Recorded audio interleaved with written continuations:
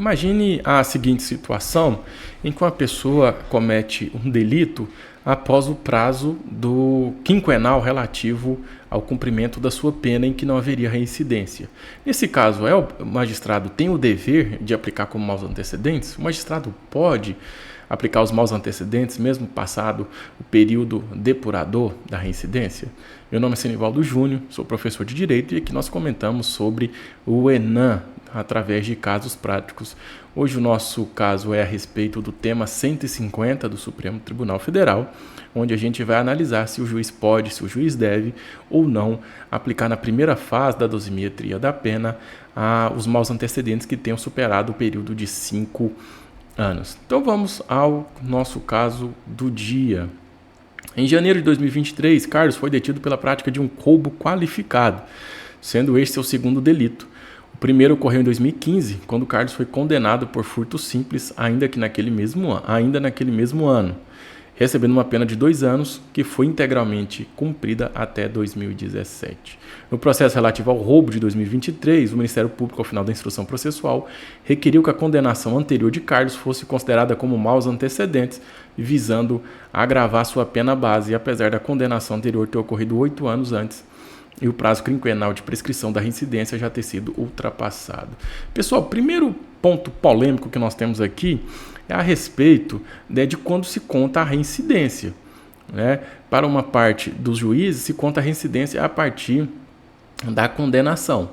Para outra parte de juízes, que eu entendo ser a maioria, é a partir do tempo em que a pena restou extinta, conforme prevê o Código Penal. Indiferentemente de qual tese venha a se adotar, nós temos que ele foi condenado em 2015 e a pena foi extinta em 2017.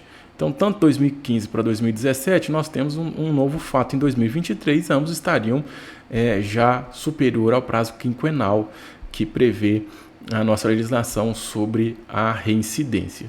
Então, o que poderia vir na prova do ENAM?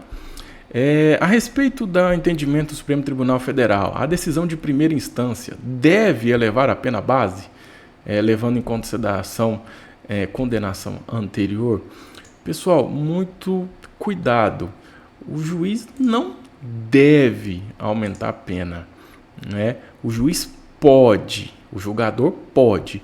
É o que prevê a tese fixada pelo Supremo Tribunal Federal, em que não se aplica ao reconhecimento dos maus antecedentes o prazo quinquenal de prescrição da reincidência previsto no artigo 64, inciso 1 do Código Penal, podendo, muito cuidado, podendo o julgador, fundamentada e eventualmente não promover qualquer incremento da pena base em razão de condenações pretéritas quando as consideradas impotentes ou demasiadamente distanciadas no tempo e, portanto, não necessárias à prevenção e repressão do crime.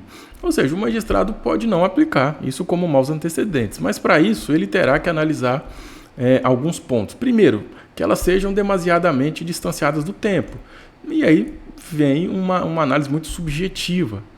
De 2023 para 2017 ou 2015, nós temos uma análise distanciada do tempo?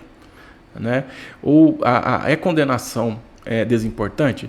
Veja, nós estamos tratando e aqui eu falo de modo geral para uma eventual prova até mesmo de sentença. Nós estamos falando aqui de 2 delitos contra o patrimônio. E aqui o prazo, um foi 2015, com extinção da punibilidade em 2017, para novo fato em 2023. Penso eu que numa prova, tanto objetiva quanto subjetiva, caberia sim o incremento da pena como maus antecedentes, mesmo ultrapassado o período depurador para a reincidência. Quais seriam os fundamentos, então? Será que essas condenações anteriores não violariam os princípios da presunção de inocência ou da individualização da pena? E esse assunto foi abordado no voto de Sua Excelência, hoje presidente do STF, também do CNJ. Ele aduz, no primeiro momento, que os maus antecedentes não são utilizados para a formação da culpa criminal, mas sim para a dosimetria da pena. Ele coloca também que maus antecedentes não se confundem com a reincidência. Os 2 institutos são diferente, enquanto um está na primeira fase da dosimetria, né, no artigo 59, outro estaria no artigo 68. E também teria a questão do período depurador, que tem expressa previsão para reincidência e não há distinção a respeito dos maus antecedentes. Outra questão que é abordada também no voto, que foi acompanhado pela maioria, é que os maus antecedentes concretizam os princípios constitucionais da isonomia e da individualização da pena. É até um julgado um pouco diferente, né, da Suprema Corte, em dizer que, foi até criticado por uma parte da doutrina, dizer que as pessoas iguais devem receber tratamentos iguais na medida da sua desigualdade. Ou seja, ele cita exemplos de pessoas que têm mais de 10 estelionatos e não poderia ela, mesmo com a individualização da pena de passagens anteriores, receber uma pena de uma pessoa que nunca teve condenação nenhuma.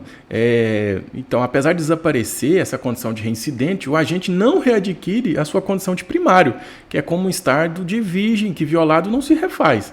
A reincidência é como o pecado original, desaparece, mas deixa a sua marca. Então, assim, a pena daquele criminoso quanto mais, ou de quem jamais se envolveu com qualquer atividade criminosa, serão as mesmas. Então aqui ele traz esse fundamento para dizer que a utilização desses delitos que superam o prazo de 5 anos não ofendem o princípio constitucional da individualização da pena e da isonomia. Ele diz que o reconhecimento da possibilidade de utilização de condenações anteriores não configura a alegada pena perpétua, mas a consideração fática da vida do autor do delito. É isso aí, pessoal. Bons estudos, muita atenção a esse julgado e boa prova.